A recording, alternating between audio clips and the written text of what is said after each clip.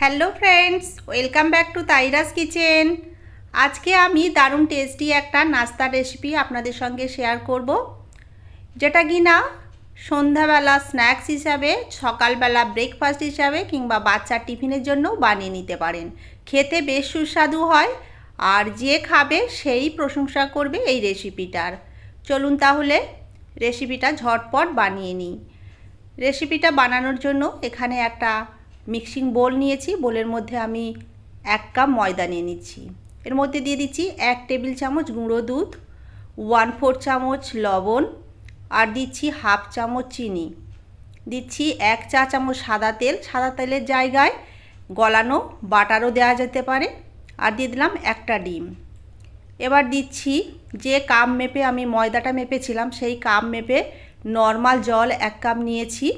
সেটার হাফটা প্রথমে দিয়ে ভালোভাবে মিশিয়ে নিচ্ছি। তারপরে বাকি জলটাও দিয়ে দিচ্ছি, দিয়ে খুব ভালোভাবে মিশিয়ে নিচ্ছি।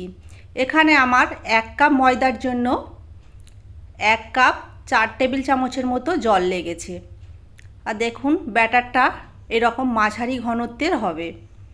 এবার ওভেনে একটা ফ্রাইং প্যান বসিয়ে হালকা তেল ব্রাশ করে নিচ্ছি, আর ফ্রাইং প্যানটা হালকা গরম হতে হবে।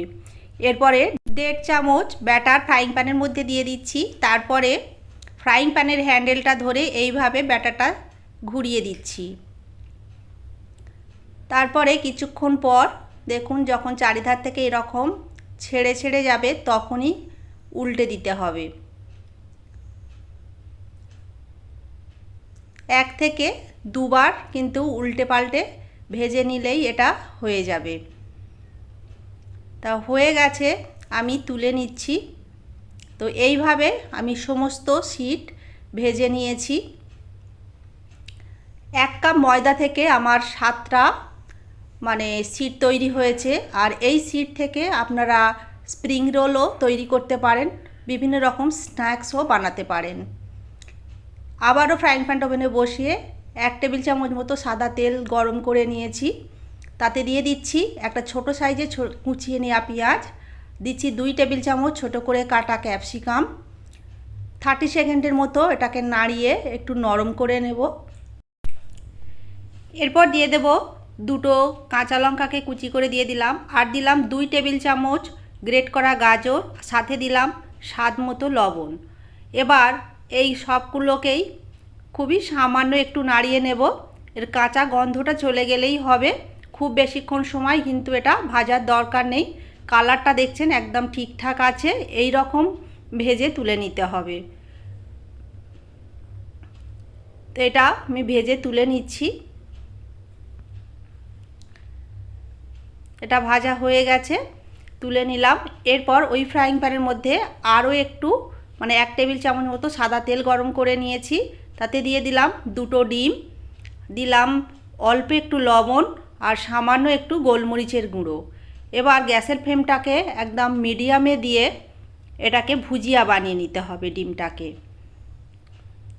দেখুন এর একটা কালারটা ভালো হওয়ার জন্য দিয়ে দিলাম সামান্য একটু হলুদ গুঁড়ো, দিয়ে স্প্যাচুলা দিয়ে খুব ভালোভাবে হলুদটা মিশিয়ে নিয়ে এইভাবে একটু ডিমটাকে স্প্যাচুলা দিয়ে এরকমভাবে করে কুচি কুচি করে দিতে হবে।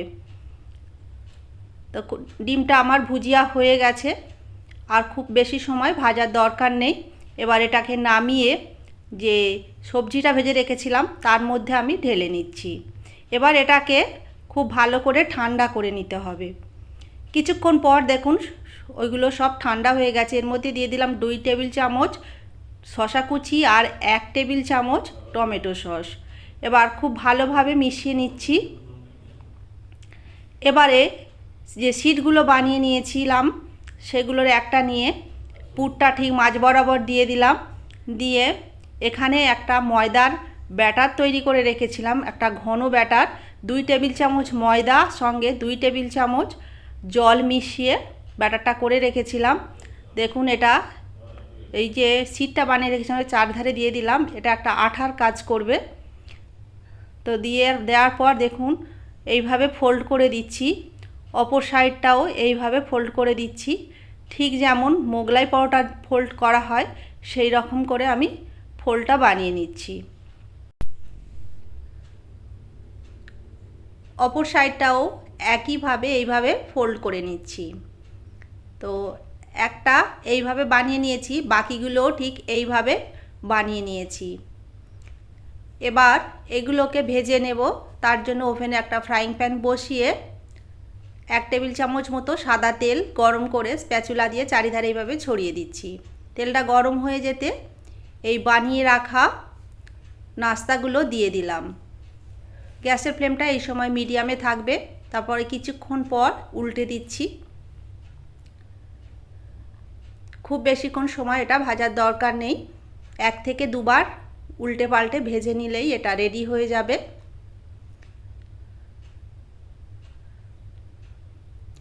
এই নাস্তাটা অসম্ভব ভালো হয় খেতে। আপনারা একবার হলেও বাড়িতে ট্রাই করবেন, আশা করছি ভালো লাগবে। তো দেখুন, আরও একবার উল্টে দিলাম, একটা দারুণ কালার চলে এসেছে। এবারে এই নাস্তাগুলো আমি তুলে নিচ্ছি। সবগুলো নাস্তা কিন্তু এইভাবে ভেজে নিয়েছি। আশা করছি আমার আজকের এই নাস্তার রেসিপিটা আপনাদের কাছে ভালো লেগেছে। আর ভালো লাগলে প্লিজ লাইক, শেয়ার, চ্যানেলটা অবশ্যই সাবস্ক্রাইব করে রাখবেন। এই নাস্তাটা এমনি এমনি খেতে অসাধারণ লাগে, আর টমেটো সসের সঙ্গে খেলে তো কোনো কথাই হবে না, আরও দুর্দান্ত লাগে। তাহলে ভিডিওটা আজকের মতো এখানেই শেষ করছি। আবার দেখা হয়ে যাবে অন্য একটা নতুন ভিডিও নিয়ে।